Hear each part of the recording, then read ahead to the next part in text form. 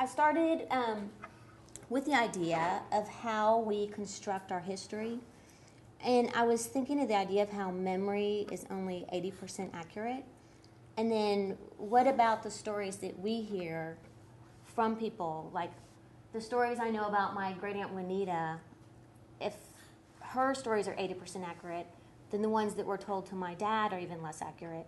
And then the ones that I'm remembering are even less accurate. So when we talk about our history, how much of it is a myth and how much of it is true? How much do we create and how much did it create us? I was looking at these artifacts that we keep and wondering, why do we pluck something out and savor it and put it in a box and move it with us from place to place and make it into something really important? And what about the objects we don't keep? I don't have many objects from my childhood. And so what does that mean? Why do you not save objects? Why do you not save photographs? Why do you burn letters? So these ones aren't about the objects. These ones are about the idea of collecting objects and the idea that we want to keep these things around us and we want to imagine they're important. I did these in clay because it's the most permanent material that I work with. And I purposely left them without a title so that you wouldn't know what the objects were inside, because I don't think anybody would, they wouldn't be important to you, and somebody later wouldn't even find them. They might not even understand them. It's the artifact that I'm leaving of the idea of collecting an object. When I was working, some of these prints should be treated as if they're windows that you're looking out of. So I chose scenes from different areas and tried to print them as large as I could so you would feel like you were part of the space. A year and a half ago, my husband and I both had West Nile disease. I was only sick for 2 weeks. My husband was very sick for about 4 months. So I started photographing him while he was sleeping and resting. He took a lot of time off of work and had lots of researchers calling our home, trying to figure out West Nile. Lots of doctor visits. But you know, when somebody you're really close to gets that sick, you really start to think about your relationship and the fragility of your body. Just a simple mosquito bite, what it can do and how it can cause heart problems and brain damage. And so a lot of the images, there's a lot of empty space, and it's not necessarily about him sleeping in the day alone. It's about the idea that that could have been me, and he could have passed during that. And being used to somebody and 2 people filling the bed, and then there's one.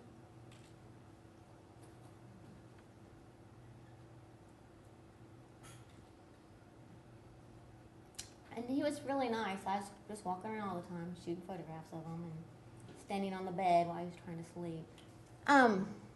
And I do bookbinding.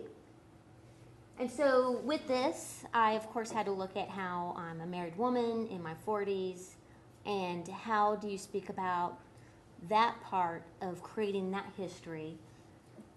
And you can't talk about love because it's too sappy.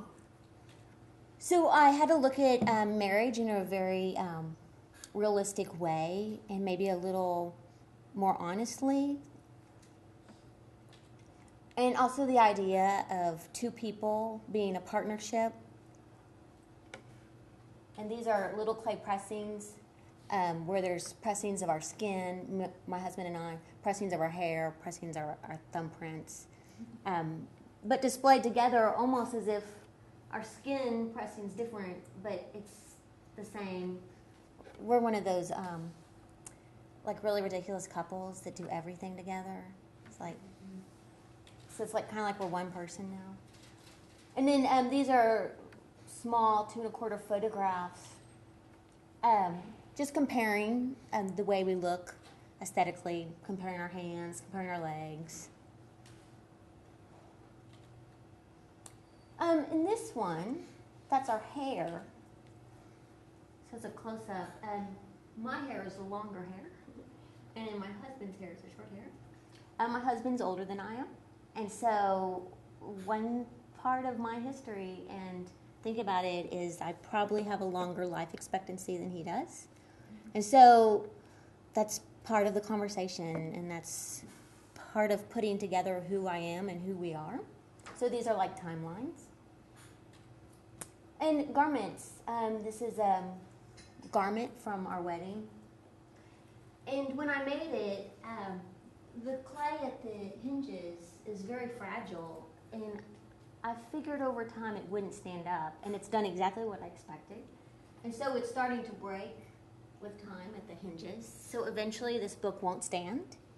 And it's the idea of how we all start with this grand idea of marriage, and it's very romantic, but the truth is there's moments along the way that test your marriage and test how strong it's going to stand. Hopefully the fact that it's made out of clay represents that I have a strong marriage. But I photograph and I make all my scenes look very calm. So the truth is right here is complete craziness. A lot of drunk, naked people that are very happy to be naked. But I'm always striving to have some type of calmness in my world. So I'm always photographing for these kind of quiet scenes. And so with the idea, I feel like these are just like the clay pressings and just like the objects. They're a collection of artifacts that I'm trying to construct the idea of what my history is. And